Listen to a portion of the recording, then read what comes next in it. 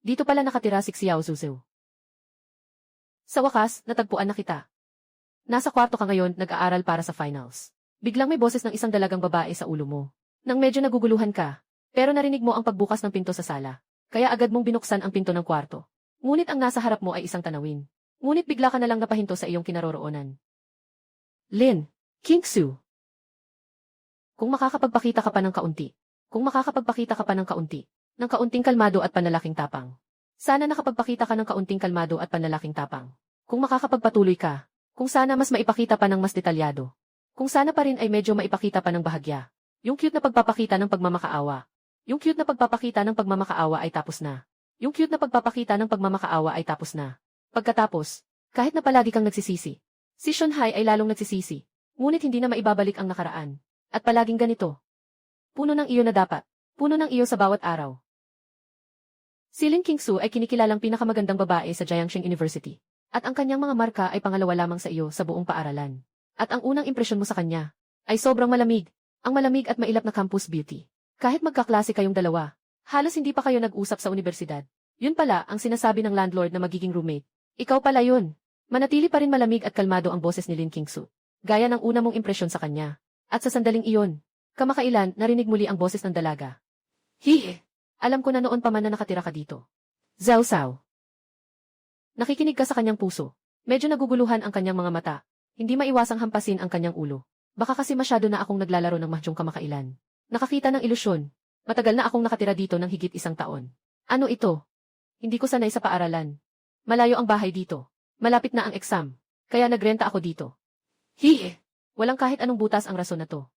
Pero curious lang ako, ano ba ang ginagawa ni Zuzao kanina sa kwarto? Ah, ganito pala yun. Sa susunod, magiging mga katabi na tayo sa bahay. Kailangan ko bang ipakilala sa'yo ang bahay? CJ, tumango si Lin Kingsu ng malamig. Sabay. Siksayaw sausaw. Maaari mo bang ipakilala ang iyong silid? Para magkaroon ako ng pagkakataong matumba ka. Hindi. Grabe. Sobrang kakaiba naman ito. Nagsimula kang masigasig na ipakilala ang silid kay Lin Kingsu. Pero nang pumasok kayo sa ikalawang kwarto sa morning sun, nakita niyo ang isang maikling pantalon na nakasabit sa patpat ng labada. Wow! Zhao Zhao, ang cute mo naman. Yung maikling pantalon ay gawa sa maliit na sponge. Siguradong hindi ko sasabihin sa'yo. Hindi mo mapigilang dumikit ang lalamunan mo sa pagdila. At mas lalong hindi mapigilan ang reaksyon sa mukha. Pakiusap na. Magpakaseryoso ka naman. Ganito lang talaga. May 2 kwarto, pwede kang pumili. Babalik na ako sa kwarto para magpahinga. Babalik na ako sa kwarto para magpahinga. Alaynan. Salamat. Naghihintay kang makabalik sa kwarto. Nakahiga sa kama at nakatitig sa kisam. Hindi maiwasang magtaka. Kahit nasabi mong kamukha mo si Wuyanzu. Pero ang tipo ni Lin Kingsu na babae, hindi ito labis na pagsasabi. Na sa paaralan, ang mga lalaking humahanga sa kanya, ay kayang tumakbo ng 2 bilog sa playground. Sa oras na naguguluhan ka, narinig mo ang puso ni Lin Kingsu. Hihi! Sobrang saya. Talagang magkasama kami ni Xiao Zhao ngayon. Bukas, gagawa ba ako sa kanya ng almusal? Tulog na. Aking Xiao Zhao. Ngayon ay natutulog sa tabi mo. Bukas ay matutulog ako sa iyong silid. Nawala na sa isip mo ang boses ni Lin Kingsu. Ngunit hindi ka makatulog. Sa umaga ng susunod na araw, bumangon ka na may mga itim na bilog sa mata. Kakatapos mo lang gumawa ng 2 almusal. Nakarinig ka ng, Lin Kingsu, porke ba ikaw ay baboy? Ang late mo nang nagising. Hindi ko alam kung pumasok na si Xiao Zhao. Gusto kong pumasok sa paaralan kasama siya. Ilagay mo ang gatas mula sa refrigerator sa dining table. Binuksan ni Lin Kingsu ang pinto ng kwarto sa tabi. Magandang umaga. Lin, magandang dalaga. Si Lin Kingsu ay may malamig na ekspresyon pa rin. Lumiko siya at pumasok sa banyo para maghugas. Nandyan nga si Xiao Zhao na naghihintay sa akin. At gumawa siya ng 2 sandwich. Gusto kong kumain ng sandwich na ginawa ni Xiao Zhao. Muling narinig ang damdamin ni Lin Kingsu. Hindi maiwasang kumunot ang labi mo. Pagkatapos maligo ni Lin Kingsu, diretso siyang umalis nang di tumitingin pabalik sa pintuan. Binibini ng paaralan. May problema. Nagluto ako ng almusal para sa'yo. Pwede mong kainin habang nasa daan. Salamat. Huwag na. Yung pamilya ni Xiao Zhao ay medyo mahinhin lang. Pwede mo pa ba akong hikayatin? Si Lin Kingsu pala ay mahilig umiyak. Hindi kumain ng almusal sa umaga ay hindi maganda sa katawan. Lumapit ka at ipinasok ang almusal sa kamay ni Lin Kingsu. Xiao Zhao. Mahal na mahal kita. Salamat. Walang anuman. Kain sa daan. Mag-aaral na tayo. Yay! Pwede na akong pumunta sa paaralan kasama si Xiao Zhao. 2 kaming pumasok sa paaralan, isa sa unahan, isa sa likod. Dahil natatakot na magkamali ng akala ang iba. May ilang metro ang pagitan mo kay Lin Kingsu. Bakit ang bilis mong nakarating sa paaralan? Hindi pa nga ako nakakasama ni Zuzu ng matagal. Habang umaakyat ng hagdan, nawala ang atensyon ni Lin Qingsu. Biglang nadapa siya.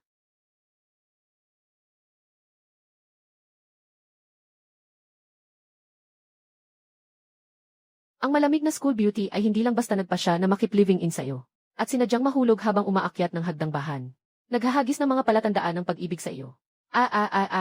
Niyakap ako ni Xiao Zuzao. Ang gwapo ni Xiao Zuzao. Narinig ang kanyang puso. Parang na-electrocute, agad mong binitiwan ang kamay. Mag-ingat ka. Alaynan, pagkatapos ninyong makabalik sa silid-aralan. Biglang lumapit si Chu Sheng, ang mabuting katabi mo. Tatay, pahiram mo nga ang iyong takdang aralin para mapagkunan ko. Matapos kong isulat, ipasa ko kay Lin Qingsu. Si Lin Qingsu ang representante sa klase ng Filipino. Lahat ng malaki at maliit na takdang aralin, siya ang nangungulekta. Ngayon, tanging ikaw at si Chu Sheng ang hindi pa nakapag-submit. Hintayin mo si Chu Sheng na matapos sa takdang aralin. Hindi na nag-usap, bigla siyang lumapit kay Lin Qingsu. Nakita niyang inabot ang 2 papel na pagsusulit. Umaasa si Lin Qingsu na tumingin pataas. Ngunit nang makita ang dumating, siya ay nawala ng pag-asa at tumingin pababa. Bakit si Chu Sheng ang dumating? Si Xiao Zuzao. Pwede bang huwag mo nang ipa-deliver si Zhu Baiji ng homework? Gusto kong ikaw ang magpadala. Naku, anong tingin ni Lin Qingsu sa akin? Si Chu Sheng ay excited na bumalik sa kanyang upuan. Parang nanalo ng 500,000. Kuya Zhou, may isang lihim akong sasabihin sa'yo. Anong sikreto? Gusto ako ni Lin Qingsu. Nang bumalik si Lin Qingsu mula sa opisina para isumite ang takdang aralin, biglang tinawag siya ng isang babae sa pintuan. Kaklase, maaari mo bang tawagin si Zuzu mula sa klase niyo? Nang marinig ito, nagulat si Lin Qingsu. Hanapin si Zuzao. Anong ginagawa mo? Bakit ka nakikipag-usap kay Zuzao? Kilala mo siya. Sunod-sunod na pahayag na pumapasok sa isipan mo, na hindi mo mapigilang tumingin sa likod na pinto. Wala siya sa silid-aralan.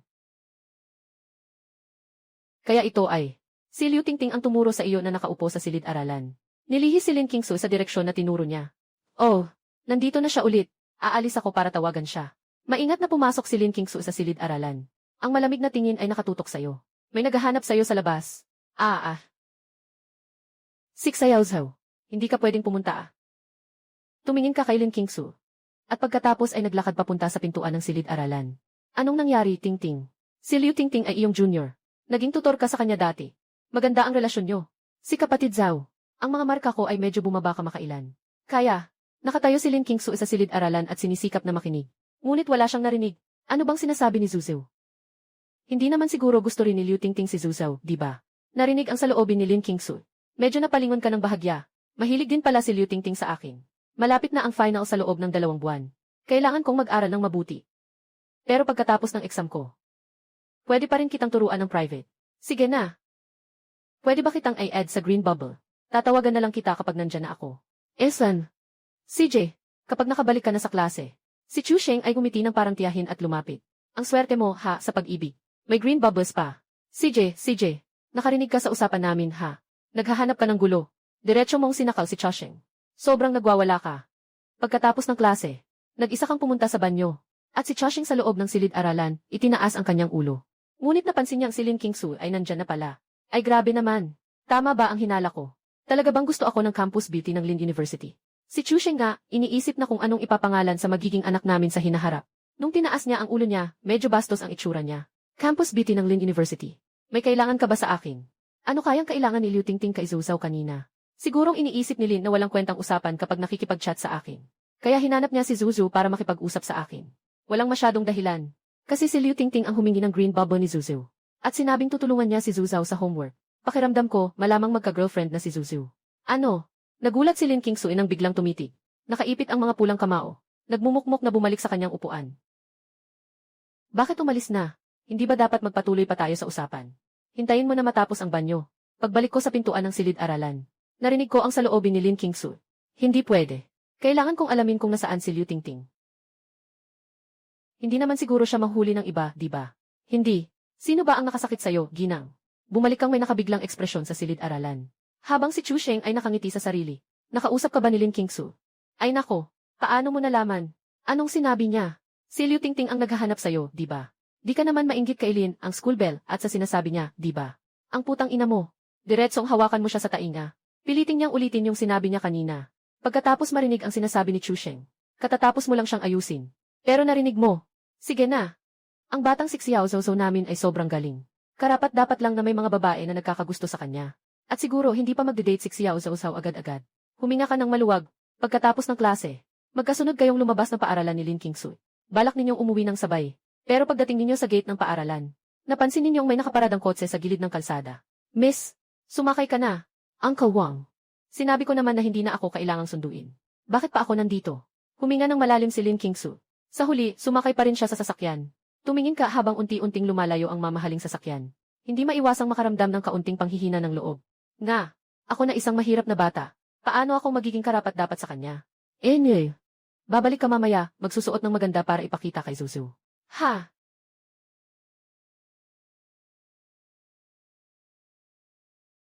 Pagdating mo sa bahay, agad na sumilit si Lin Qingsu. Yung pang-ibaba ni Lin Saihua. Medyo cute naman. Noong klase kanina. Naiintindihan mo ba ang sinasabi ng guro?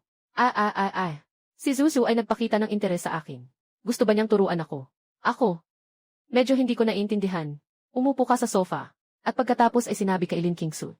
Dito ka. Ikwento ko sa'yo ulit. Alaynan. CJ, kukunin ko na ang pagsusulit. Pumasok si Lin Qingsu sa silid. Hindi nagtagal, lumabas siya na may dalang pagsusulit. Umupo ka sa tabi ko. Si Lin Qingsu ay humigpit ang kanyang mga labi. Si Xiao ay maingat na umupo sa tabi mo. Halika. Tingnan mo itong tanong. Si Lin Qingsu ay nakikinig ng mabuti. Mabilis niyang naunawaan ang ideya. Ganito pala iyon. Ang mga labi ni Lin Qingsu ay bahagyang umangat. May nakangiting malandi sa kanyang mukha.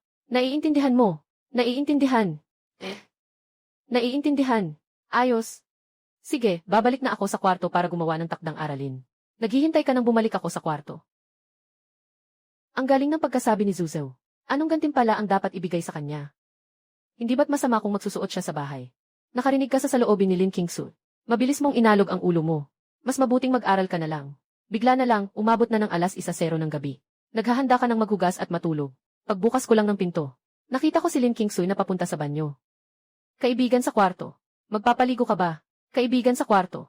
Ngumiti si Lin Qingsu. Hindi ako naligo kagabi. Balak kong maligo ngayon. Gusto mo bang maligo? Anong kabaliwan? Sige, ikaw na ang mauna. Pagkatapos mong maligo, saka ako maliligo. CJ, pumasok si Lin Qingsu sa banyo nang hindi lumilingon. Mabilis na umabot sa iyong tainga ang tunog ng tubig mula sa shower. Naku! Ang laki naman ng puso ni Lin Hindi man lang sinarado ang pinto.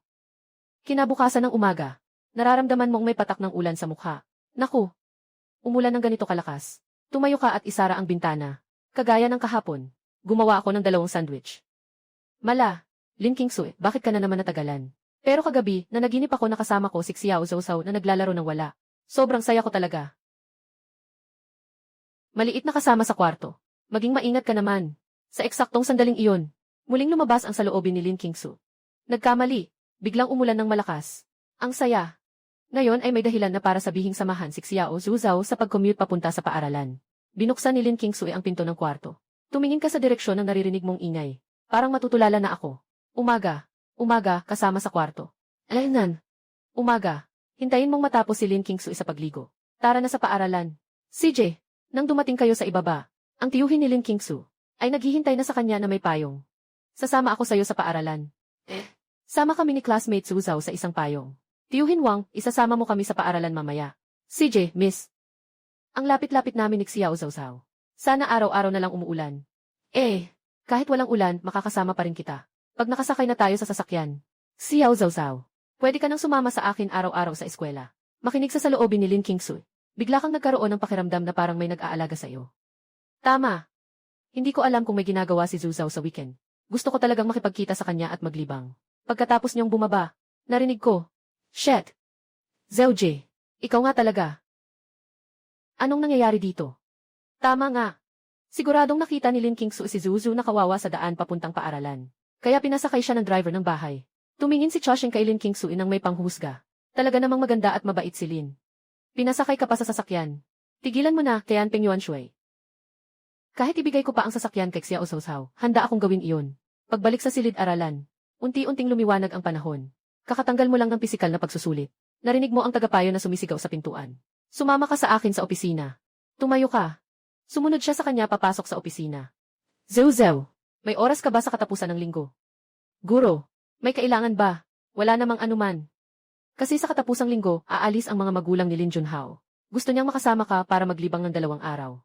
Si Lin Junhao na sinasabi ng counselor ay kanyang maliit na pamangkin. Ngayon ay nasa third year na siya sa high school. Dahil magaling ka sa pag-aaral. At medyo mahirap ang pamilya niya. Kaya nagtutor siya sa kanya ng ilang panahon.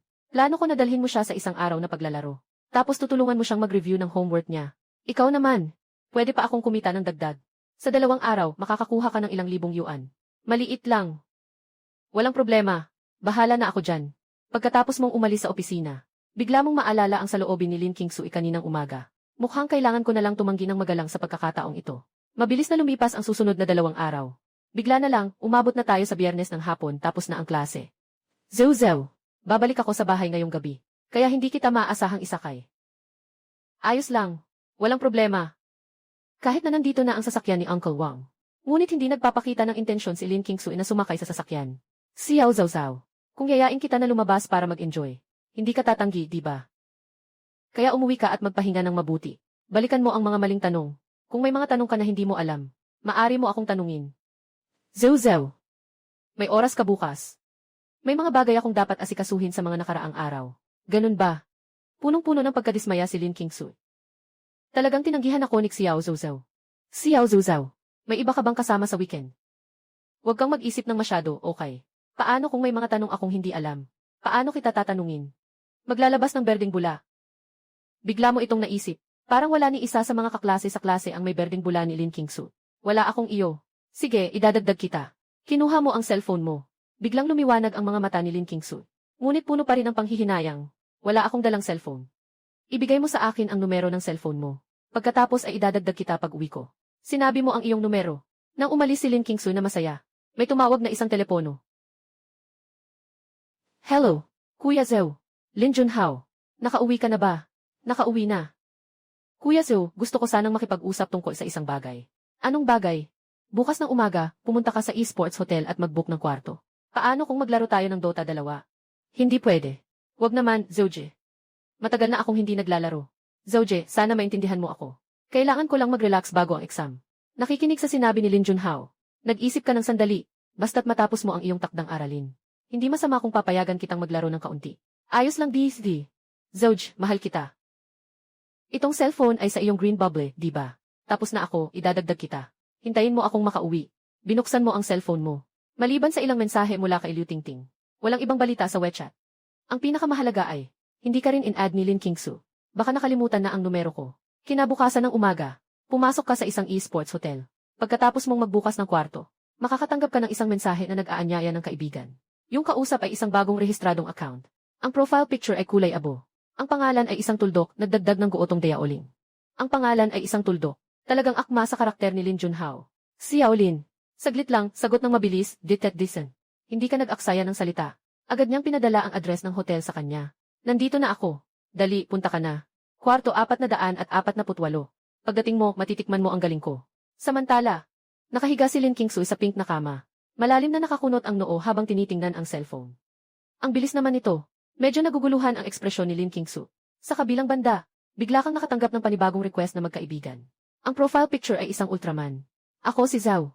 Ikaw si Lin Junhao. Yung kanina, si Xiao Lin. Si Lin Qingsui. Hindi mo napigilan na lumunok, at sa isip mo, nag-iisip ng mga problema. Pasensya na, maliit na kasama sa kwarto. Nagkamali ako ng tao. At si Lin Qingsui sa kabila. Pagkatapos makita ang mensahe, bigla akong nagulantang. Hindi. Ano nang ibig sabihin ng maling tao ang napadalhan ko? Nag-ayos ka ng lakad kasama ang ibang babae. Nagpadala si Lin Qingsui ng maraming tanong sa iyo. Hindi ko alam kung bakit. Pakiramdam mo may panganib sa ulo mo. Roommate, huwag kang magkamali ng intindi. Dinala ko ang pamangkin ng guro sa labas para maglaro. Gusto niyang pumunta sa esports hotel para maglaro. At pagkatapos ay aksidenteng naipadala ang mensahe sa iyo. Ngunit pagkatapos maipadala ang mensahe, hindi nag-reply si Lin Qingsui. Talaga ba? Baka nasa daan na siya. Sa kabilang panig, Sa kabilang panig, nakita ni Lin Junhao na hindi ka pumayag, youth.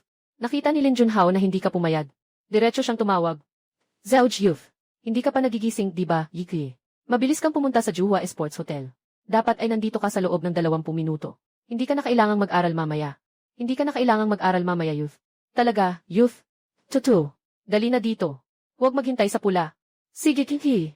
Malapit na ako, Keith. Matapos mong iwanan ang tawag, humigop ka ng malalim na hangin. Hindi nagtagal. May kumatok sa pinto ng hotel. Pumunta ka sa pintuan. Nagdadasal ka sa isip mo. Sana hindi si Lin Qingsui ito.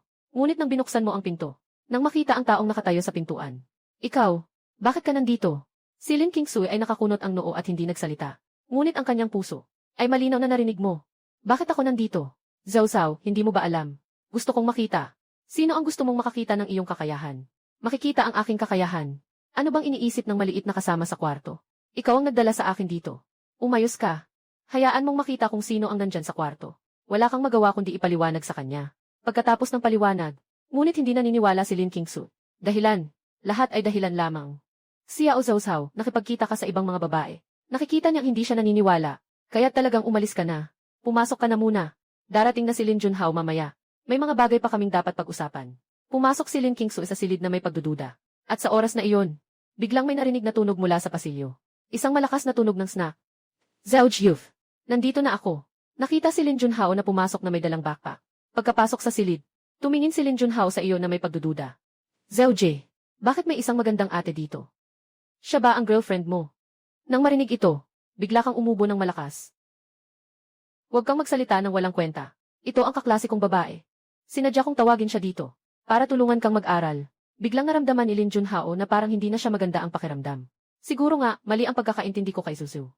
Sa nararamdaman ni Lin Kingsu, huminga siya ng malalim. Lin Junhao, maglaro ka muna mag-isa. Lalabas ako at makikipag-usap sa magandang ate mo. Sige na, sige na. Walang pakialam kung maghalikan kayo. Umalis ka kasama si Lin Kingsu at pumunta sa dulo ng pasilyo. Ngayon, naniniwala ka na sa sinasabi ko, di ba? Naniniwala na. Ang boses ni Lin Kingsu ay parang lamok. Nagmumurang nagkunwari kang seryoso at sinabi mo, dahil alam mo na ang buong kwento.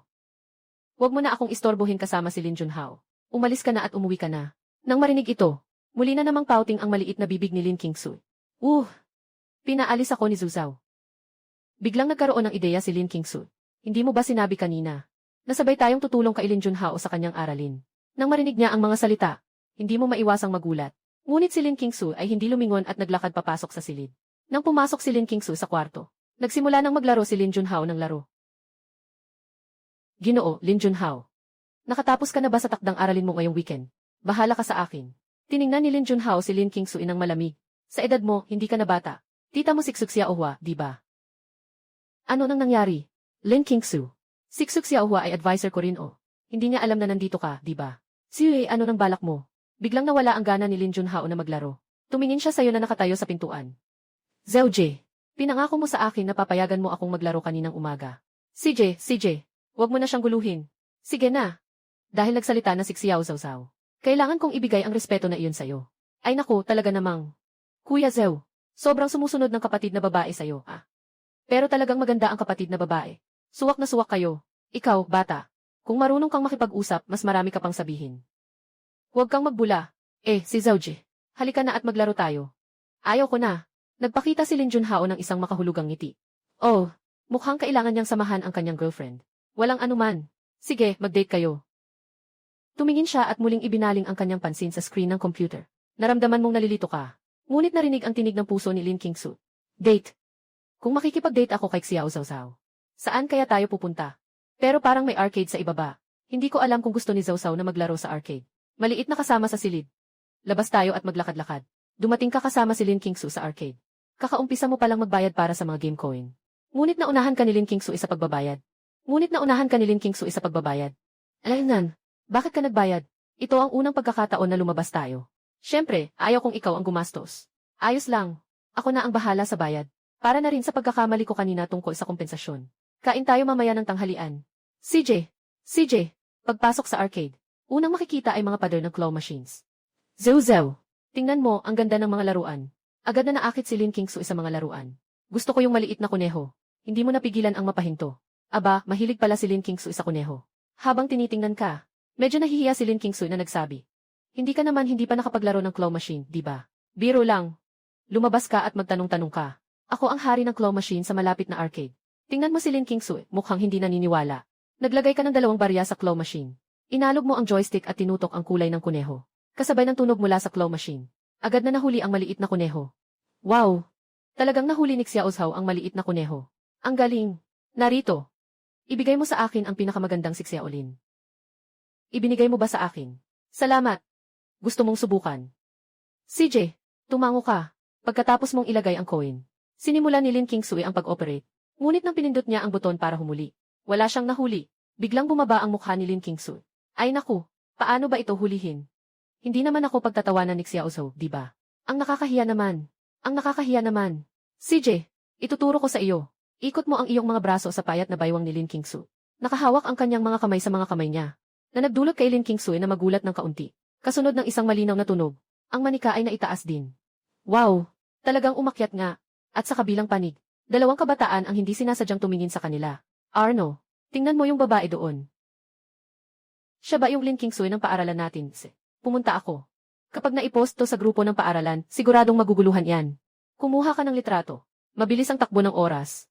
Bigla na lang tanghali na. Dumating ka kay Lin Qingsu sa isang barbecue restaurant. Matapos tikman ito, nagpakita si Lin Qingsu ng isang magandang ngiti. Alaynan, masarap, di ba? Dati, nakapunta na rin ako dito ng ilang beses. Sino kasama mo? Alaynan. Siyempre kasama si Chasheng. Akala mo ba kasama ko ang ibang babae? Wala akong ganun. Bumaba ang ulo ni Lin Qingsu. Natatakot lang kasi ako na makipag-date si Xiaozhou sa ibang babae. Simula ngayon, ikaw lang ang magluluto ng barbecue para sa akin.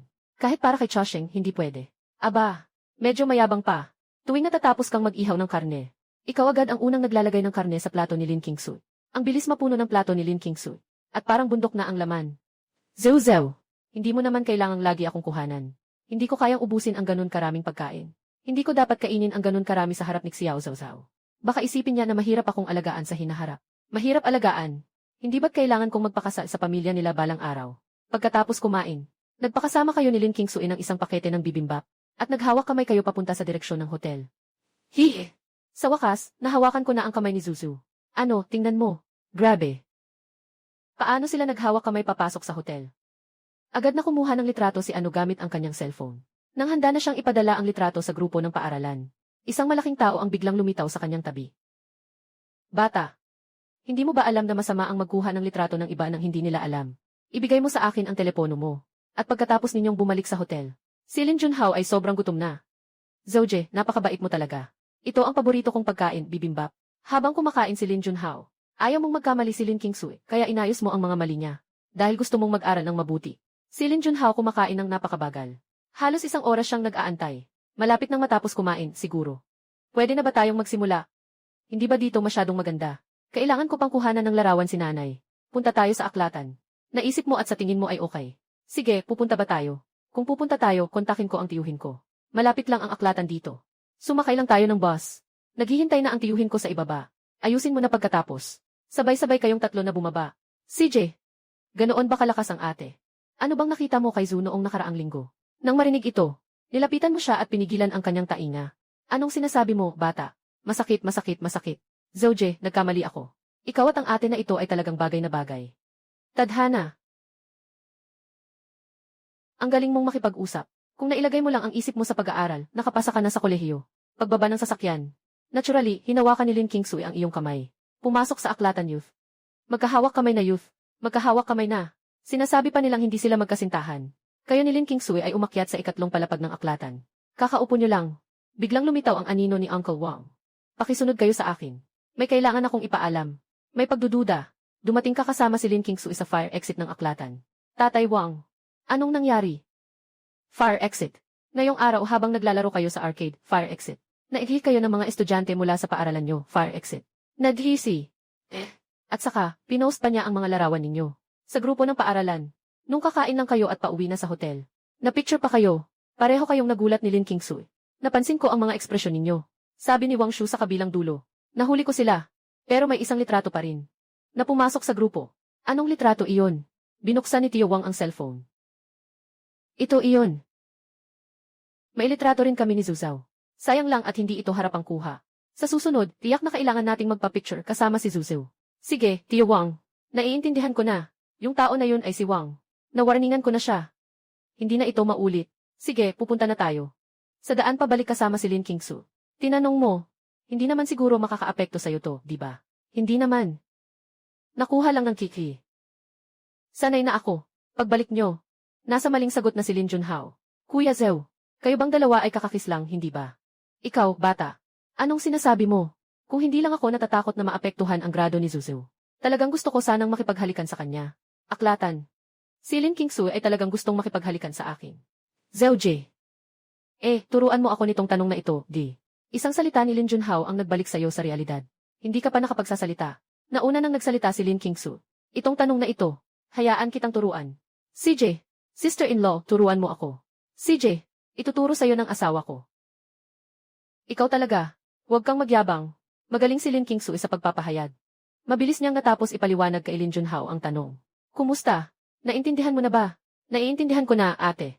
Isipin mo na si Lin Junhao ay labis na nagmamalaki. Naghahanda na makinig sa papuri ni Lin Qingsu. Ngunit biglang nagsalita si Lin Qingsu. Mali ang tawag mo. Si Lin Junhao ay bahagyang nagulat. At sabay niyang naisip. Naiintindihan ko na, Bienan. Nakangiti si Lin Qingsu at tumango. Ngayon, bibigyan kita ng katulad na tanong. Bibigay ako ng 15 minutong oras. Kapag natapos mo, susurin ko. Oh, matapos ang isang hapon ng walang humpay na pagsisikap. Sa wakas ay nalutas ninyo ni Lin Qingsu ang mga tanong na hindi alam ni Lin Junhao. Zauji, 8. Pakiramdam ko ngayon ay sobrang lakas ko. Nakikita ko na ang dapit hapon ang bilog na aklatan. Si Lin Qingsu ay uwi na rin ang bilog na aklatan. Ang bilis ng panahon talaga. Miniming, magkita tayo bukas, ha? Pagkatapos naming paalisin si Lin Qingsu, biglang humiti si Lin Junhao na parang may binibiro. Kuya Zhou, ang galing mo talaga. Ang ganda ng girlfriend mo. Paano mo siya napasagot? Hindi ba sinabi ko na? Hindi pa kami magkarelasyon. Hindi pa ngayon. E di sa hinaharap, hindi pa rin ba? Sa kabila. Si Lin Qingsu ay nakaupo sa likurang upuan ng sasakyan. Mas masaya si Lin Qingsu kamakailan. 3. Pinalaya ang pamilya De, siya ay lihim na nag-imbestiga sa iyo. 3. Pinalaya ang pamilya Xing, ang iyong pamilya ay napakakaraniwan. Ang iyong pamilya ay napakakaraniwan. Pumanaw na ang iyong ina maraming taon na ang nakalipas. At madalas na nalalasing ang iyong ama. Kahit na nakulong na siya ng ilang beses. Kaya ka palaging nagiging tutor. Pati si Tio Wang ay medyo naaawa sa iyo. Kilalang-kilala mo na ba si Zuzu noon? Sa totoo lang, matagal na kaming magkakilala. Hindi. Paano ko siya makikilala? Ang ganda-ganda niya. At ako. Ay tila nakalimutan na niya ako ngayon. Dapat. Oh. Siguro may problema sa panlasa ang hipag mo. Ngayong gabi, wag mong isipin na humawak ng computer. Ha! Pampalakas ng katawan. Kinabukasan, pagkatapos mong ihatid si Lin Junhao, sumakay ka ng bus pa uwi. Nang buksan mo ang cellphone mo, si Lin Qingsu ay nagpadala na sa iyo ng ilang mensahe. Nagluluto ako ng maliit na cake. Dadalahin ko ito para sa iyo mamayang gabi. Walang problema. Gagawan kita ng ilang putahe mamaya. Okay. Hindi ka kinausap ni Lin Qingsu ng hapon. Mga bandang alas 5. Nagsimula ka ng abala sa kusina. Ang unang putahe ay ang paborito mong lasa ng talong. Sana nandito pa si Mama. Ang pangalawang putahe ay inihaw na isda. Sa wakas, gumawa ka ng isang palayok ng itlog na lugaw. Zeu, nandito na ako. Umupo ka muna. Ayos lang yan. Wow, ikaw ba ang gumawa ng lahat ng ito? Ang galing. Si Lin Qingsu ay labis na pumuri sa iyong kakayahan sa pagluluto. Pagkatapos kumain, ibinigay ni Lin Qingsu sa iyo ang ginawa niyang maliit na cake. Tinikman mo ito. Alaynan, sobrang tamis. Mabilis na dumating ang ikalawang araw. Pumunta kayo sa paaralan tulad ng dati. Kakatapos lang pumasok sa silid-aralan. Nakita mong may ilang kaklase na nag-uusap-usap sa grupo. Nausisa kang lumapit. Tinapik mo si Chosheng sa balikat. Anong pinag-uusapan niyo? Nabigla si Chosheng. Nang makita ka, misteryosong sinabi, mayroon akong isang napakalaking balita. Gusto mo bang marinig? Anong napakalaking balita? Zeuji, nabigo ako sa pag-ibig. Nabigo sa pag-ibig. Kailan ka pa nagkaganito? Hindi mo alam. May nakuhang larawan si Lin Qingsu na nakikipag-date sa ibang lalaki. O kaya pumunta sila sa bagong bukas na arcade. Nung narinig mo ito, biglang naisip mo. Akala ko noon na gusto ako ni Lin Qingsu. Pero sa Saturday, kasama niya na ang ibang lalaki sa date. Sa huli, sobra lang ang iniisip ko. Kitang-kita ang mukha mong walang magawa. Siyang nagdadalamhati at hindi mapalabas ang luha, sabi niya. Kuya Zhou, alam mo ba, kahit na ayaw ni Lin Qingsu sa akin, tinanggap ko na. Sana pa nga. Yung lalabas na nakipag-date kay Lin Qingsu ay ikaw. Sinasabi mo ba na posibleng? Ako yung nakipag-date kay Lin Qingsu noong Sabado. Tama. Sino bang naniniwala sa iyo? Pagkatapos ng unang klase sa umaga, tinawag ka ng tagapayo sa opisina. Nang lumabas ka, umugong ka ng isang awit papunta kay Lin Qingsu. Maliit na kasama sa kwarto. Itinaas ni Lin Qingsu ang kanyang ulo. Nakita kita. Biglang lumiwanag ang mga mata ko. Zhou, may kailangan ka ba sa akin? Zhou, sabihin mo na. Nakikinig na ako. Kakatapos ko lang pumunta sa opisina. Ibinigay na sa akin ni Guru Xue ang bayad sa ating tutoring sa Sabado. Pakiramdam ko, tinulungan mo rin ako. Kaya't inimbitahan kita na kumain sa kantin. CJ, pupunta sa kantin. Ayos, napagkasunduan na yan. Sabay tayong pumunta mamaya. Alaynan. Bumalik ka sa iyong upuan.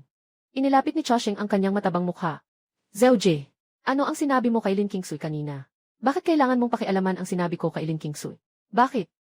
Gusto mo siya? Gusto ko. Matagal na akong may crush sa kanya. Sa university ng Jiangxing natin.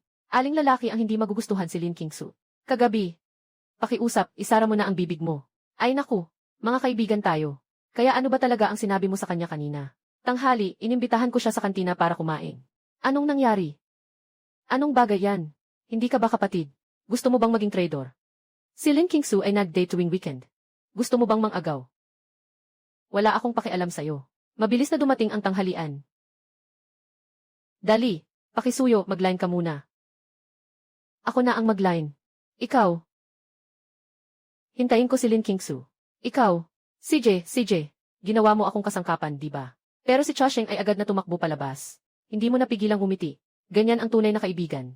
Nang tumayo si Lin Qingsu, nakita niyang naghihintay ka sa kanya. May sweet na ngiti sa kanyang mga labi. Zhou. Nasaan si Chasheng? Si Tianping Yuanshui ay maagang nagpareserba ng pila para sa atin. Ay. Paano nalaman ni Zuzu na gusto kong tawaging Chusheng na Tianping Yuanshui? Talaga bang may koneksyon kami ni Zuzao?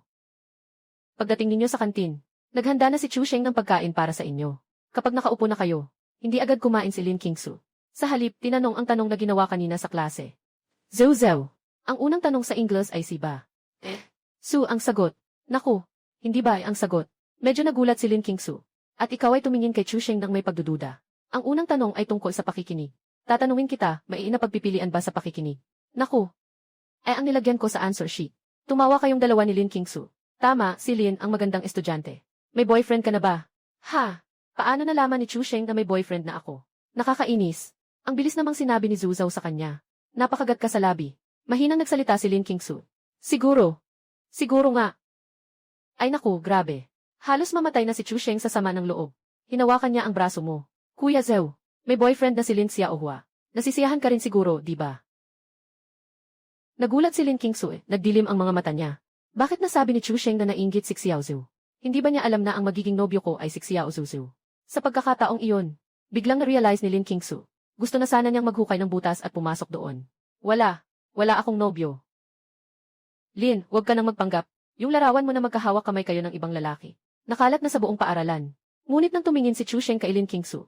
Si Lin Qingsu ay may nakakalitong mukha. Hindi mo alam. Tumango si Lin Qingsu. At saka, yung humawak sa aking kamay noong Sabado, ay si Zuzao. Oh. Si Zuzu nga. Anong bagay si Zuzu? Nanginig ang mga mata ni Chusheng. Bigla niyang itinaga ang kanyang tingin sa iyong mukha. Hindi mo rin inasahan. Nadiretsong aamin si Lin Qingsu. Talaga nga ikaw. Sabi ko na sa'yo na ako iyan. Hindi ka pa naniniwala. Hindi kayo dalawa. Medyo naguguluhan na si Chusheng. Gumawa ka sa kanya ng isang galaw na tula. Maraming kaklase sa paligid. Tumingin si Chusheng sa hita ng manok sa kanyang plato. Bigla niyang naisip na hindi na masarap ang hita ng manok. Bro, bibigyan kita ng 200 pesos. Maghiwalay na kayo ni Lin Qingsu, ayos ba?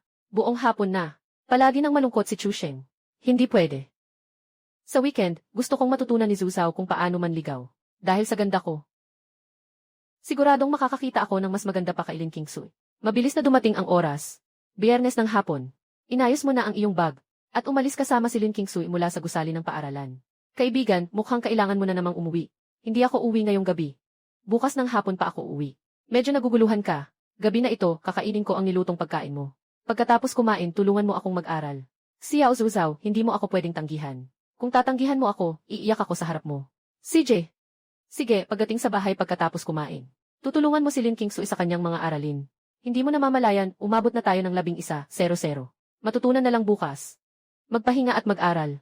Maganda na sa ikalawang araw. Pagkatapos kumain ng almusal, nagtulungan kayong mag-aral ng 2 oras. Biglang yugyug ni Lin Qingsu ang kanyang leg.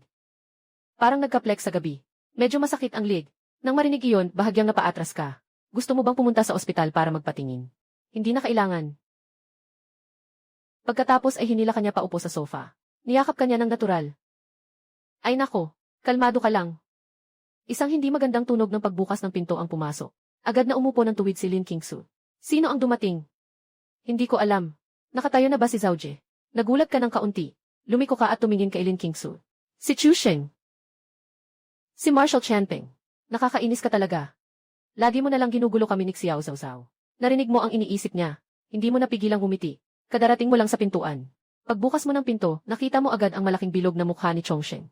Bakit ka nandito? Iwinagayway niya ang hawak niyang bag. Siyempre, nandito ako para tulungan kang gumawa ng takdang aralin. Malapit na ang finals. Kung bumagsak ako, tapos na. O, hindi ba kita naabala? Kung sabihin kong naabala ako, aalis ka ba? Pumasok ka na. Kakatapos lang pumasok ni Choshing sa loob. Sa pagpasok sa sala, si Lin Kingsu. Ang magandang estudyante na si Lin. Bakit nandito ka? 2 linggo na akong lumipat dito. Akala ko ayos na kayo niyo pero hindi ko inakala na magkasama pa kayo sa isang bahay. Talagang dapat mong malaman. Tingnan mo lang si Chusheng. Hindi ka mapigilang umiti. Huwag kang magbulaan. Hindi pa nga tayo nag-uusap. Maniwala ako sa'yo, anong kabaliwan yan?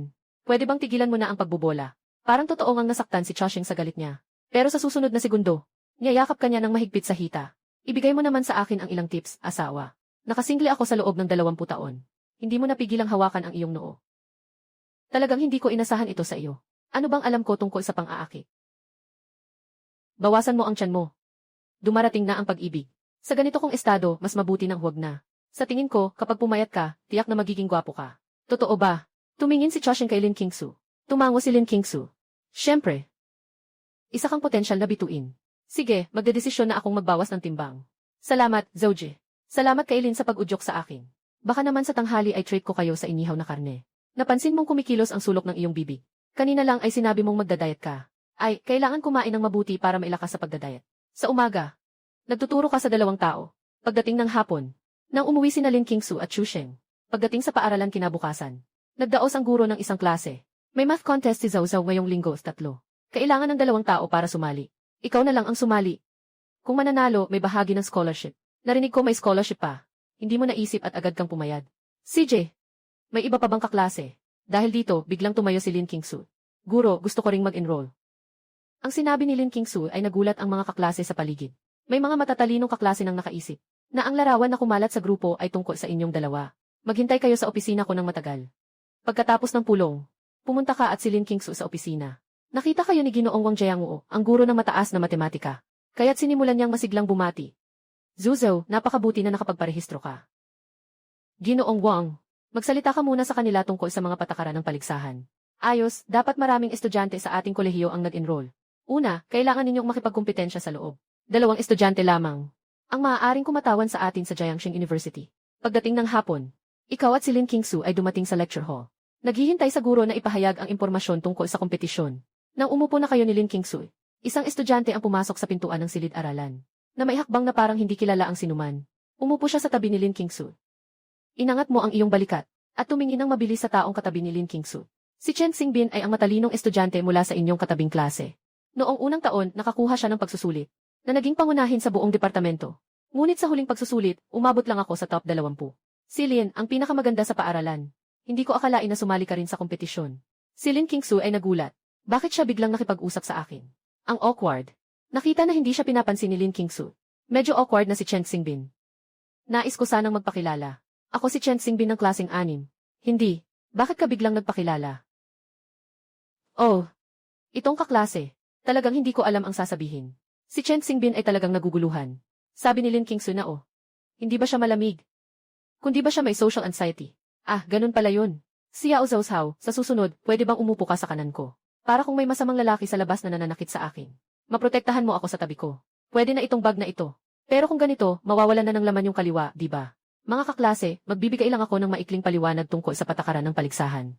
Sa pagkakataong ito, may 8 kolehiyo sa lalawigan na sasali sa kompetisyon. At bawat paaralan ay maaari lamang magpadala ng 2 estudyante. Kaya bukas, magkakaroon tayo ng isang pagsusulit. Yung 2 estudyanteng may pinakamataas na marka ang magpapadala upang kumatawan sa Jiangxing University. Mukhang pareho lang ito sa mga patakaran noong nakaraang taon. Mukhang ganyan ang mga paligsahan sa matematika sa probinsya natin. Nakita si Lin Kingsu na kusang lumapit sa iyo. Nagtaka si Chen Xingbin sa tabi. Nasaan ang sinabing social anxiety? Pagkatapos ng klase, nag-uwi kayo ni Lin Kingsu. Naghahanda para sa pagsusulit bukas. Kakaupo lang, 1 oras na ang lumipas. Biglang nagsalita si Lin Kingsu, Zuzao. Alaynan, gusto mo bang pumunta sa kwarto ko? Hindi komportable ang pakiramdam mo sa sofa. Pumunta ka sa kwarto mo. Huminga ka ng malalim. Nakangiti na parang hindi natural ang itsura. Hindi yata maganda yan. Ano ang hindi maganda? Sa tingin ko, hindi komportable dito magbasa. Mas mabuti pang pumunta sa kwarto mo. Bakit? Hindi ba't nagkalat ang iyong mabahong medyas? Nahihiya ka ba? Paano naman mangyayari iyon? Sige, tara na. Pagpasok sa kwarto, biglang nagtanong si Lin Kingsu. Maaari ba akong umupo sa iyong kama? Siyempre, maaari. Ganoon, nakahiga si Lin Kingsu sa iyong kama habang nagbabasa. At ikaw naman ay nakaupo sa tabi ng mesa at abala sa pagsagot ng mga tanong. Hanggang sa umabot ng 1:00 ng gabi. Xiao Zhaozhao, medyo inaantok na ako. Sinabi ni Lin Qingsui nang walang pakialam. Pagkatapos ay agad na pumikit. Aba, huwag ka munang matulog. Ihahatid kita sa kwarto, saka ka matulog. Aba, nag-aartista ka lang ba? Pagkatapos mong ihatid si Lin Qingsui sa kwarto, kakatagilid mo lang sa kama. Ang bango. Pagdating sa exam hall kinabukasan. Nervyos ka ba? Ayos lang ako. Huhuhu. Sobrang kabado ko. Gusto ko sanang halikan si Xiao Zhaozhao para aliwin ako. Hindi mahirap ang mga tanong sa exam. Mabilis din kayong makakatapos ng papel. Buti na lang natapos ko ito sa huling ilang minuto. Hindi ko alam kung makakakuha ako ng pangalawang pwesto. Nakita kong lumabas si Lin Qingsui. Si Chen Xingbin ay masayang lumapit at nagtanong. Si Lin, ang magandang estudyante. Kamusta ang ginawa mo? Bakit parang ikaw ang sunod-sunod na anino? Anong pakialam mo sa ginawa ko? Bakit ka palaging nakikipag-usap sa akin? Ayos lang. Si Lin Qingsui ay nag-ayos lang ng kaunti at umalis na para hanapin ka. Naiwan si Chen Xingbin na nag-iisa sa hangin, nalilito. Kumusta? Okay ba ang ginawa ng maliit na kasama sa silid? Tapos ko na naman lahat. Gusto mo bang ikumpara ang mga sagot? Mali na ang mga sagot. Hindi ba pwedeng makuha ang resulta sa 2:00 ng hapon? Tama, maghintay na lang tayo ng abiso sa hapon. Anong gusto mong kainin ngayong tanghali? Hindi pa ako nakakapagdesisyon. May gusto ka bang kainin? Bababa ako sa labas ng school para ipainom ka. Nakatikim ka na ba ng Lola Snail's Noodles? Lola Snail's Noodles. Narinig ko na may isang tindahan ng luya na sobrang masarap. Sama ka sa akin, okay lang ba? Tumingin ka sa mga maliwanag na mata ni Lin Qingsui. Talagang hindi mo kayang tumanggi. Walang problema. Dumating ka kay Lin Qingsui sa isang kalye ng pagkain. Nasa loob ba ang tindahan? Kakaumpisa mo pa lang. Hinawakan na ni Lin Qingsui ang iyong kamay. Sinasabi ko sa iyo, talagang masarap ang lutong ito ng luya. Biglang sumigaw si Lin Qingsui. Gusto kong kumain ng sorbetes. Bumili ka para sa akin. Nagsalita si Lin Qingsui na parang isang batang babae. Wala kang sinabing iba. Kumunta siya sa tindahan at bumili ng isang sorbetes. Ayaw mo bang kumain? Sobrang tamis, ayaw ko na. Hindi naisip ni Lin Qingsui ito ng mabuti. Ikinukuskus ng kanyang dila ang sorbetes. Zhaozhao, gusto mo bang subukan? Ibinigay ni Lin Qingsui ang kalahating sorbetes na kinain niya. Dumikit ito sa iyong labi. Kumain ka, kumain ka. Kung kakain ka, parang naghalikan na tayo ng hindi tuwiran. Ano ba yan, halik na hindi tuwiran? Sa huli, kumain ka pa rin ng isang kagat mula sa ice cream ni Lin Qingsui. Kumain si Xiao Zhaozhao. Kung kakain pa ako, parang nakipaghalikan na ako kay Xiao Zhaozhao. Lahat ay nakipaghalikan na ng hindi tuwiran. Malayo na ba ang halikan? Sinasabi ko lang, Lin Daji. Diretso mo na akong halikan. Pero pagkatapos nating kumain ng luya na pansit, ayos na. Kayo ni Lin Qingsui ay pumasok sa tindahan ng luya na pansit. Ang matinding amoy ay pumasok sa iyong ilong. Talaga bang masarap ito? Pagkatapos mag-order, naupo ka at si Lin Qingsui sa pwesto. Maliit na kasama sa bahay. Bilang karagdagan sa pagkagusto mo sa luya na sabaw. Gusto mo rin bang kumain ng durian at mabahong tofu? Nang marinig ito, tumango si Lin Qingsui na parang sisiw na kumakain ng butil. Paano mo malalaman? Bigla mong naisip ang isang balita. Parang ang ilang amoy na tofu ay niluto gamit ang bigas. Nang maisip mo ito, nagsuka ka ng kaunti. Si Lin Qingsui ay tulalang-tulala. Anong nangyari sa'yo? Wala naman. Hindi ka pa rin kumakain, nakikita ko. Medyo hindi na masaya si Lin Qingsui. Nalaman ko na ayaw pala ni Xiao Zhaozhao kumain. Hindi na kita dadalhin ulit sa susunod. Sa nararamdaman ni Lin Qingsui, agad kang kumain. Pagkatapos mong matikman ang snail noodles. Nang bigla, medyo masarap. Anong pakiramdam? Mas masarap ito kaysa sa inaasahan ko. Tinitingnan ka ni Lin Qingsui ng seryoso. Dahil sa pakiramdam niya, medyo pilit ang sinabi mo kanina. Talaga. Sa alaala ko, ang luya ay mabaho. Hindi mo malalaman ang sarap kung hindi mo susubukan. Talagang hindi ko alam ang sarap nito. Sinubukan ni Lin Qingsui. Alaynan, talagang masarap. Pagkatapos kumain, nakahinga ka na ng maayos. Nandyan na naman ang pakiramdam na parang gusto kong sumuka. Ay, maliit na kasama. Parang naimbak na tayo sa lasa. Gusto mo bang umuwi at maligo? Palitan ang damit. Sige, mas mabuti pang diretsuhin na natin sa banyo. Tapos, pwede na kaming pumunta sa tindahan sa tabi. Para bumili ng mga damit. Kung bibili ng damit, syempre bibili kami ni Xiao Zhaozhao ng magkaparehong suot. Hindi, ito na ang pagbili ng magkaparehong kasuotan. May bathhouse ba malapit dito? Meron. Pero mamaya pa kami may klase. Baka masyadong matagal kung pupunta tayo sa banyo. Bakit hindi tayo magrenta ng oras na kwarto? Mamaya, ipapadala ko kay Tito ang mga damit natin. Okay lang ba ito? Syempre, okay lang. Nandyan lang siya malapit. Medyo kulang ang oras. Nakabook ka na ng kwarto sa cellphone mo. Nagtapos ang dalawa ng mabilis. Magsimula ka ng maligo. Darating na si Tito Wang para magdala ng damit. Hindi ka na nag-isip at pumasok ka na sa banyo. Hindi nagtagal. May kumatok sa pinto ng kwarto. Agad na tumayo si Lin Qingsui para buksan ang pinto. Tito Wang, bumili ka ba ng damit para sa amin? Anyway, huwag kang mag-alala. Sigurado. Sisiguraduhin kong masisiyahan ka. Matapos mong paalisin si Wang Shu. Dahan-dahang isinara ni Lin Kingsui ang pinto. Pagkatapos buksan ang pakete. Dalawang magkaparehong itim na maikling sleeve ang nasa loob. Maganda pa yung damit na binili ni Wang Shu. Yung damit na binili ni Uncle Wang ay ang ganda talaga. At sa ngayon, halos tapos ka na ring maligo. Ibinigay ni Lin Kingsui ang damit sa'yo mula sa pintuan. Pagkatapos mong magbihis, lumabas ka na. Pagkatapos mong magbihis, lumabas ka na. Wow, ang gwapo ni Xiao Zhao Zhao. Sige, magpapaligo na rin ako. CJ, naghintay ka hanggang lumabas si Lin Kingsui mula sa banyo. Diretso kang napanganga. Grabe, ang ganda nito. Yung mga damit natin. Mali ang panlasa ni Uncle Wang. Kaya pinagawa ko sa kanya na pareho ng suot ko dati. Ganito pala yun, Ares Wings. Zhao Zhao, tiyak na hindi mo mahulaan. Ako ba ang sadyang pinabili ni Tio ng magkasintahan na suot? Sige, balik na tayo sa paaralan. Malapit nang mag-start ang klase, hindi na tayo abutan. Pero salamat at 0 minuto na lang bago magsimula ang klase. Nakarating ka na sa paaralan kasama si Lin Kingsu. Nakarating ka na sa paaralan kasama si Lin Kingsu. Nang pumasok kayo sa klase. Maraming kaklase ang nakatingin sa inyo. Grabe. Nakanganga si Chu Sheng. Tiningnan niya ng isang beses ang matching outfits niyo ni Lin Kingsu. Kayo. Diretsong hindi pinansin ni Lin Kingsu ang mga titig ng mga kaklase sa klase. Bumalik siya agad sa sarili niyang upuan. Anak, ano bang nangyayari sa'yo? Kumain ka ng lugaw sa tanghalian. Masyadong mabango si Ares. Masyadong mabango si Ares. Kaya bumili ako ng bagong damit. Sige na. Sinasabi pa ninyong hindi kayo nag-usap. Pakiramdam ko, ang pagkain mo ng luya ay dahilan lang. Ang pagbili ng matching outfits ang totoo, di ba? Bigla mong naisip ang isang bagay. Talaga ba? Na sinadya ni Lin Kingsu ito. Dapat hindi siya ganito kaboring, di ba? Tiyak. Amoy ng pag-ibig. Malapit na ang klase. Pumunta ang tagapayo sa pintuan ng silid-aralan. Lin Kingsu, tawagin mo si Zhao Zhao sa opisina ko. Nang marinig iyon, tumaas ang ulo ni Lin Kingsu. Siguro, sabay kaming nag-angat ni Xiao Zhao Zhao sa promosyon. Zhao Zhao, sa tingin mo, bakit tayo pinatawag ng guro? Sa palagay ko, ikaw ang nanguna. Ako ang pangalawa. Bakit ako ang pang? Dahil isa ka ring matalino. Pagpasok niya sa opisina pagkatapos. Nabigla si Xuxia Ohua ng diretsyo. Si Zuzu namin ay umuunlad na. Kahit nakasuot na ng couple style. Guro, anong kailangan niyo sa amin, I dog our Ares Wings. Guro, anong kailangan niyo sa amin, our? Tinitingnan ni Xuxia Ohua kayo at si Lin Kingsu. Kahit na ang kolehiyo ay nagtutulak ng malayang pag-ibig. Pero kailangan pa rin namin kayong paalalahanan. Kailan kayo mag-aasawa? Hindi, ang sinasabi ko ay kailangan niyong mag-aral para sa pagsusulit sa susunod na taon. Dapat talagang unahin ang pag-aaral. Naiintindihan po, Guro. Guro, ikaw rin ba ay mahilig sa chismis? Yung mga resulta niyo kaninang umaga ay lumabas na. Pagkarinig sa salitang ito, muli na namang naging tense ang puso ni Lin Kingsu. Parehong resulta ng pagsusulit niyo. Pareho ang score niyo. Lahat ay 78 puntos. May ningning na kasiyahan sa mata ni Lin Kingsu, my dog Ares Wings. May bahagyang kasiyahan sa mata ni Lin Kingsu. Pareho ang score ko at ni Xiao Zhao Zhao.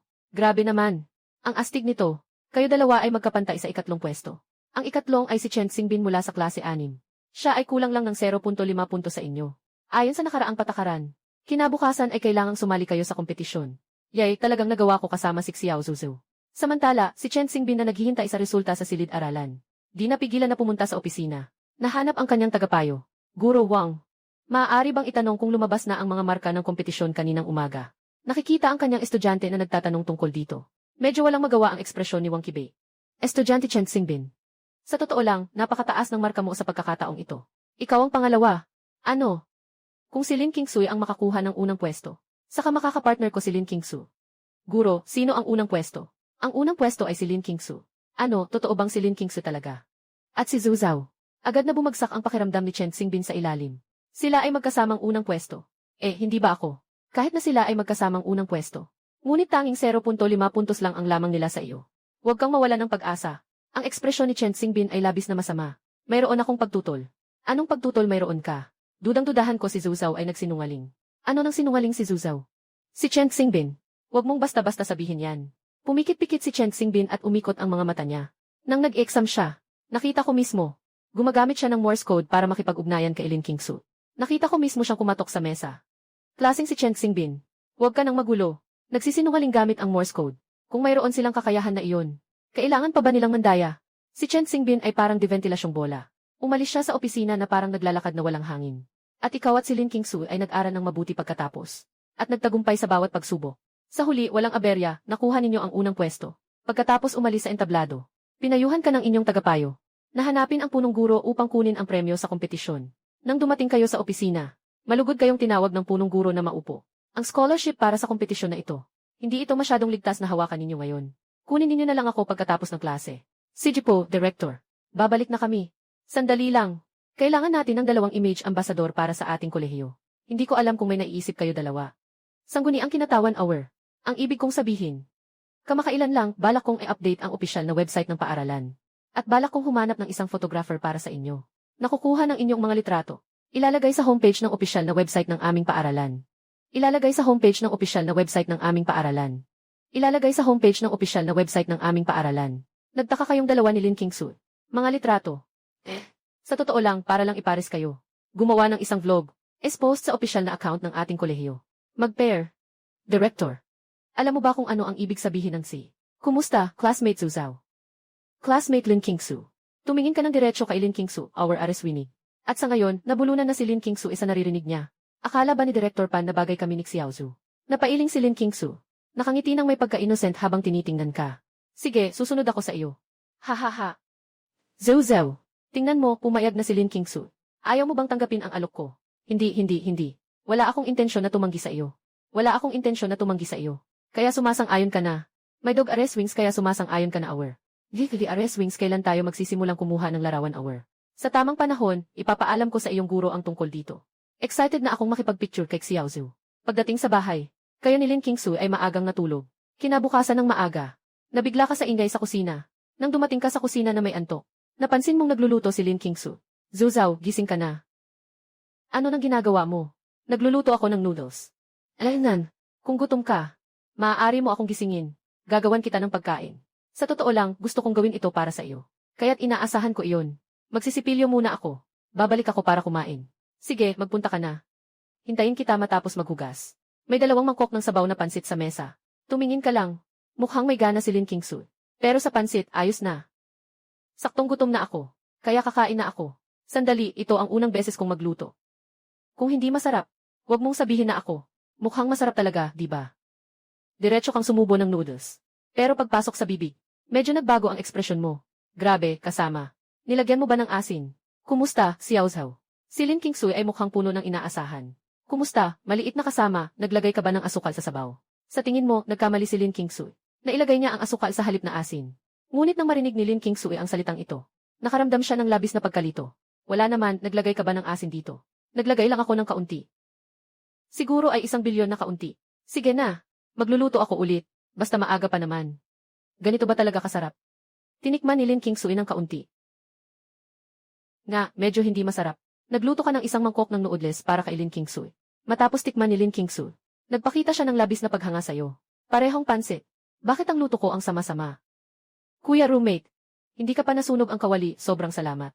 Pagdating ninyo sa klase, pumunta si Lin Kingsu sa kanyang upuan. Nang bumalik ka lang sa upuan mo, nakita mo si Chu Sheng na nakasimangot. Anong nangyari? Maaga pa lang, nakasimangot na siya. Maghahati ulit tayo ng upuan ngayon. Pipili tayo ayon sa resulta ng huling pagsusulit. Kuya Zhu, aalis na ako sa'yo. Hindi naman yon, basta magpapalit lang tayo ng upuan. Kailangan ba talaga? Siyempre kailangan. Sa huling pagsusulit, ikaw ay pang. Si Lin Kingsu ay pangalawa. Magpatuloy tayo bilang magkatabi sa klase. Wala nang pag-asa talaga. Parang ganoon nga, ha? Kuya Zhu, alam ko nasusuko ka na kay Lin Kingsu. Pumili ng makakaklase ko. Tama ba? Hindi tama. Gusto kong makaklase si Lin Kingsu. Ikaw, mas pinapahalagahan mo ang hitsura kaysa sa pagkakaibigan. Mabilis na naayos ang mga upuan. Si Lin Kingsu ay nakaupo sa tabi mo, gaya ng nais niya. Si Chu Sheng naman ay nakaupo sa likuran mo. Ang saya, sa wakas, katabi ko na si Xiaozu. Pagkatapos ng klase, ipapadala kayo ng counselor sa opisina ng department head. Siguro tungkol sa pagkuha ng larawan. Tara na. Yay! Sa wakas, magkakaroon na ako ng larawan kasama si Xiaozu. Pagdating namin sa opisina ng department head, tinawag kayo ni Director Pan na maupo. Kumusta? Nakapili na ba kayong dalawa ng mga damit? Director Pan. Naghanda ako ng 5 set ng mga damit. Kailan tayo magsisimulang mag-shoot? Nang marinig ang sinabi ni Lin Kingsu, kayo ni Director Pan ay bahagyang nagulat. Hahaha, marami kang inihanda. Paano kung ngayong hapon? Tapos sa Sabado, mag-shoot tayo ng ilang short video. CJ, 1 hapon na oras. Kayo ay kumuha ng daan-daang larawan. Kahit na nagpalit na kayo ng 3 set ng damit. 1 opisyal na website ng paaralan. Parang 1 poster lang yun. Pero nakapag-shoot pa ng ganito karami. At si Direk Pan ay masaya na pinapanood ang mga larawan. Parang may pagkakatulad sina Zhou Zhao at Kingsu, no? Direk Pan, para kang naposes. Pagkatapos ng 1 oras, tapos na rin ang shooting. Itigil na natin ang pagkuha ng larawan ngayon. Torvayo, maaari na kayong bumalik sa silid-aralan. Torato, Ginoo. Ikaw at si Lin Kingsu ay mabilis na bumalik sa silid-aralan. Pagkaupo ninyo sa inyong mga upuan, Isang papel ang iniabot sa iyo ni Chu Sheng sa likuran. Sing Meifu, nang buksan mo ang papel. Nakausulat dito. Ano nang ginawa mo ngayon kasama si Lin Qingsu? Nakita ang mga nakasulat sa itaas. Nagsalubong ang iyong mga mata. At pagkatapos ay sumulat sa papel. Siyempre, nakipag-date ako kay Lin Qingsu. Matapos itapon ang papel pabalik. Binuksan ni Chu Sheng. At parang bumagsak ang langit. Anong klaseng kalokohan to? Nag-date sila ni Lin Qingsu. Imposible, talagang imposibleng mangyari yan. Halos mabali ni Chu Sheng ang kanyang pang-itaas na pangil sa inggit. Nagbigay siya ng isa pang papel. Totoo ba yan? Nag-date kayong dalawa. Sobrang astig naman yan. Ano nang sinusulat mo? Hindi napigilan ni Lin Qingsu na ilagay ang kanyang tingin sa iyo. Nakatitig siya sa papel na nasa kamay mo. Baka may batang babae na nagbigay ng papel kay Zawzaw. Nang marinig ang saloobin ni Lin Qingsu, nagtaka ka ng kaunti. Anong kalokohan kasama sa kwarto? Ano na naman ang iniisip mo? Nakita ni Chu Sheng na hindi kami pumasok sa klase buong hapon. Tinanong kung ano ang ginawa naming dalawa. Tumango si Lin Qingsu. Ganun pala iyon. Mukhang nagkamali ako kay Xiao Zawzaw. Ano ang sinabi mo? Diretso kong sinabi na nag-date kami. At hindi siya naniwala. Kung ako siya, hindi ko rin ito pinaniniwalaan. Dumating na ang 4-6 na pudi sa Sabado di. Nagtuloy-tuloy ang 4-6 na pudi na pagkuha ng buong araw di. Ang 4-6 na pudi ay hindi lang kumuha ng buong kolehiyo di. Kumuha rin ng maraming kuha sa mga parke at tabi ng lawa di. Matapos ang isang linggo sa 4-6 na pudi di. Opisyal nang inilabas ang inyong video sa 4-6 na pudi di.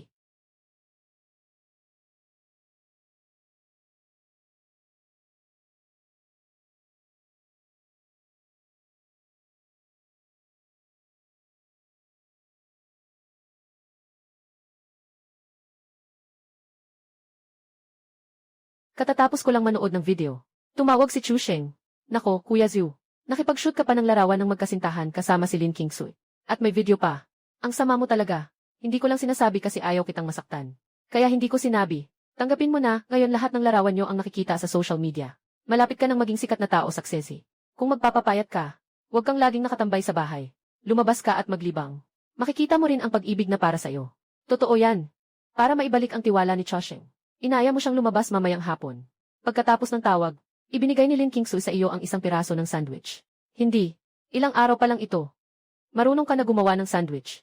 Nagsusuklay si Lin Qingsu ng kanyang labi, na nakatingin sa iyo na may kumikislap na mga mata. Nagising ako ng 5. 3 beses ko itong ginawa bago ito naging ganito. 3 beses. Sa unang beses, nasira ito. Sa pangalawang beses, nagkawatak-watak ito. Sa pangatlong beses, ito na ang nakikita mo ngayon. Tumingin ka sa sandwich sa iyong kamay. At tingnan ang mga mata ni Lin Qingsu na puno ng pag-asa. At pagkatapos ay kumagat ka. Ang lasa ay maalat. Ngunit hindi kasing alat ng nakaraang clear noodle soup. Ano, malaking pag-unlad. Talagang nakakain. Anong ibig sabihin ng nakakain? Zawzaw, parang kakaiba naman ang papuri mo. Ngunit talagang mas mabuti kaysa sa nakaraan. Magpatuloy sa pagsisikap. Siyempre naman, ako ang magiging babaeng isang 5-star na chef. Kanino ba siya? Anong nasabi ko? Ako ang magiging babaeng chef. Hindi ako ang magiging babaeng Xiao Zuzhou. Mali rin. Sa mga tao ni Xiao Zuzhou. Pagkatapos ng tanghali, ikaw at si Lin Qingsu ay pumunta sa napagkasunduang lugar para maghintay kay Chu Sheng. Di nagtagal, si Chu Sheng ay sumugod na hingal. Kuya Zhu, si Lin ang magandang dalaga. Tara na, papainumin kita ng tsaa. Dumating sa milk tea shop. Pag-order ng 3 tasa ng milk tea. Si Chu Sheng ay nakatitig sa dalaga sa kabilang coffee shop. Halos nang lalabas ang tubig. Kuya Zhu, sinasabi mo, kailan kaya ako magkakaroon ng matamis na pag-ibig? Magkaroon ka muna ng lakas ng loob na humingi ng isang berdeng bula bago magsimula. Hindi pwede. Kaya huwag mo nang asahan pang makaalis sa pagiging single.